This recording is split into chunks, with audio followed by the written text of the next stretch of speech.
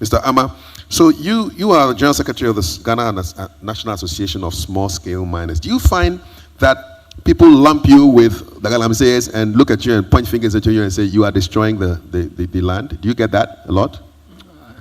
First of all, good evening. Good evening. Yeah. I think it happens a lot of because of information gap, as I would say. A lot of people, when they hear galamsey, what comes to mind is small-scale mining. Small-scale mining is different from galamsey. But what people see and the equipments that are being used, they think is the same, but it's not the same. Do the small-scale miners use the excavators as well? They use excavators. If you watch the Minerals and Mining Act, the definition of small-scale mining in Ghana is one. It should not be more than 25 acres. You should be a Ghanaian, and you should be above the age of 18 and of sane mind. Then you can apply for grounds to mine. And it also gives you the opportunity to use equipment to mine. Those days, we have what we call artisanal mining. If you watch the small-scale mining space, I define it into three. The artisanal mining operations, the semi-mechanized, and then the fully mechanized operation. Where the fully mechanized operation, you have entrepreneurs who are in there. Their investment is quite high.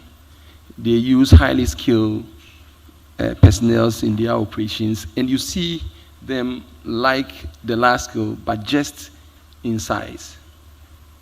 Then you have the semi-mechanized operation where they open their pits and employ a lot of people. Some use boards and others. Then you have those who are doing artisanal. Most of them, they don't even apply for license, and their impact are not that much. They can be farmers.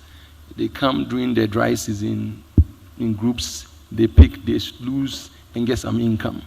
Are you saying that the only difference between the small-scale miners and the galamseyers is that the galamseyers don't have licenses? But the license is number one, because if you are going through the process of formalization, the legal regime is what gives you the right as a person to mine. But in theory, you can all have the same kind of equipment. You have the same kind of equipment. You use changfangs too? No. Let me explain. When we talk about changfang, we have what we call the dredgers on the rivers. And they use the engine that is called changfang.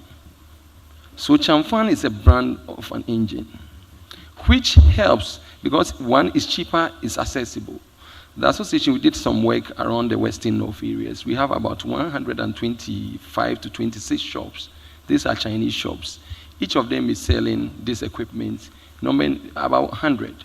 So if you multiply with 120, you could get about thousands of changfangs that are already in the system. So changfang is just a brand that are used for many things. Some use it for irrigation. They can use it with a pump and pump their water in for irrigation. Some use it for vulcanizers, using it. So that engine is multi-purpose. But 90% of these engines are used for dredging. That's why you see them a lot on our river bodies. Is it legal? It's illegal. The law does not permit dredging in this country when it comes to. These are the red zones, the water bodies. Then we have a buffer of 100 meters. You don't work closer to highways. So if you see people working in the river body, you see them working closer to highways within the buffers of 100 meters, close to electric pylons and all that. They are all perpetrating illegality. The license that is issued to every small-scale mining is site-specific. You have your coordinates. If you are supposed to work in this room, when you move away from here and you mine elsewhere, you are perpetrating illegality. So anywhere you are working with your license and all that is site-specific. So if you see someone working the river body, it's not a small-scale mining, it's illegal mining. The Minerals and Mining Act, the amendments that were done in the 995 redefine what we call illegal mining. Those days, people look at it as illegal small-scale mining. But we realize that we have large-scale concessions, prospecting, recognizance, and mine leads who assign their licenses for people to mine, especially on prospecting, which they are supposed to prospect and find the gold.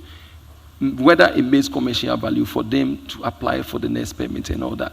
So you realize that they pass these lands and give it out. So the large scale guys are some of the large scale some of them guys are actually helping. So that's why the definition, forest reserves are not given to small scale miners, because the law says the small scale miners lacks capacity to mine in forest reserves. So all forest reserves are, the concessions are given to large scale operators.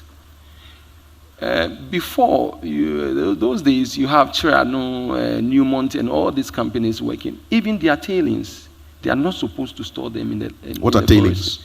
The waste that you have to. So if you dig, there's a proper regime in place for them to work in those forest reserves. So if you see people working in the forest reserve now, passing the lands out, giving it to Chinese and all that, these are large scale, some of these large scale operators who are not working according to the schedules of the permits that have been given.